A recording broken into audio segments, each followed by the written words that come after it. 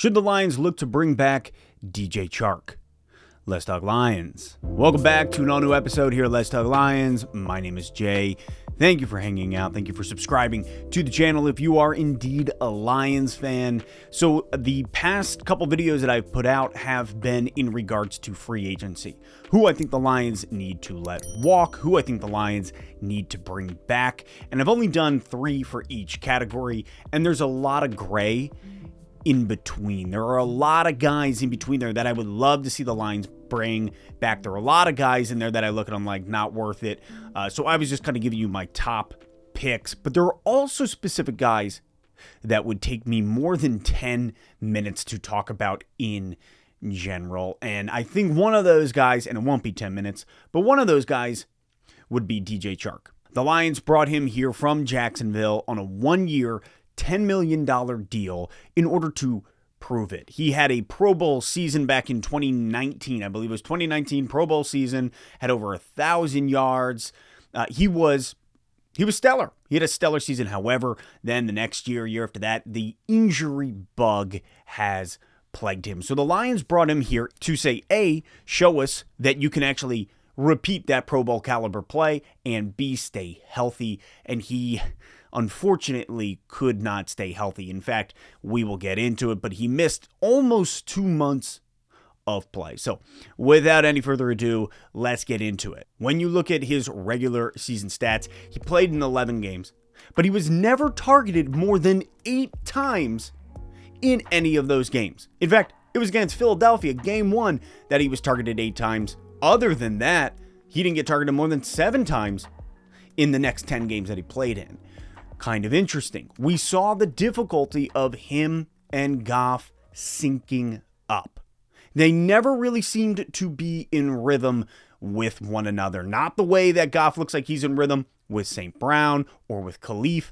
No, that rhythm between him and Goff, or between Goff and Chark, never seemed to click. And a lot of that has to do with the fact that our guy was injured from all of October into most of November. Almost 2 months. In those 11 games for Chark, he was 30 for 52, put up a total of 502 yards, 3 TDs. Now you compare that to his Pro Bowl season with the Jags. He played in 15 games. He was 73 for 118 and 8 TDs. Again, in both of these scenarios, huge deep threat. However, when you look at 11 games versus 15 games, 502 yards versus 1,108 yards, that's a pretty significant difference right there. Now, I know that the Lions, we have multiple options offensively with who to throw to, so that's huge. That's great. So I'm not sitting here expecting 1,000 yards out of him. But let me just say, $10 million for a year deal, that's pretty pricey, specifically for what we saw. And him missing 2 months, roughly. But you look at it when Chark is on the field. When Chark is on the field, that deep threat that he poses, and then you match that up with J-Mo when J-Mo is fully healthy. Going into next year, if we have both of these guys, obviously we have J-Mo, but if we bring Chark back and you have that dual deep threat, nasty. That opens up a plethora of options for Goff, for Ben Johnson, for this offense as a whole, if you have that dual deep threat between J-Mo. And J-Mo's not strictly just a deep threat guy. J-Mo can do a ton. But if you have that dual deep threat between J-Mo and Chark, and then we have Khalif Raymond coming back and Josh Reynolds, St. Brown, my friends, that's a nasty offense. And Chark really does open up a lot. It's just, can the man stay healthy? And I hate having to ask that question. This is where it gets tough, because in the end, as Big Dan Teague once said, it's all about the money, boys.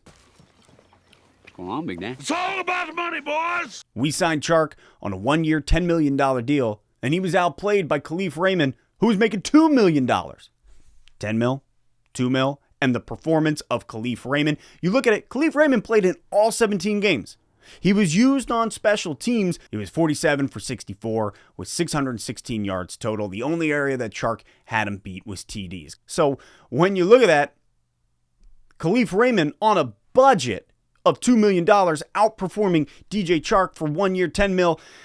And this is when you start playing the scale game and it gets super tough. I think what Chark does is Chark opens up, as I was saying, the center of the field, the middle of the field for the slot for guys like Khalif. He's that deep threat. And, man, you look at that 48-yard bomb that he was able to snag from Goff. You line that up, if we have him next year with J-Mo also out there, the dual threat, all of it would be phenomenal. It's just, what's the money going to be? What I would be comfortable with is seeing the Lions offer him a two-year deal for upwards of 17 to a maximum of $20 million for that 2-year deal. So about, I would say, anywhere from $8.5 to $10 million per year. It's really, hey man, we can't give you a raise and we're trying to go somewhere. Work with us. Will he? I don't know, but that is what I am comfortable with. What about you? How do you guys feel?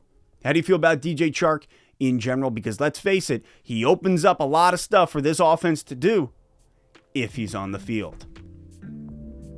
Drop your thoughts in the comments. Let me know how you feel about DJ Chark, if you want the Lions to re-sign him, and if so, for how much. I like his attitude. I like his work ethic. I like his talent. It's that availability, though. So we will see. Drop your thoughts in the comments. Let me know. And as always, I will catch you next time on Let's Talk Lions.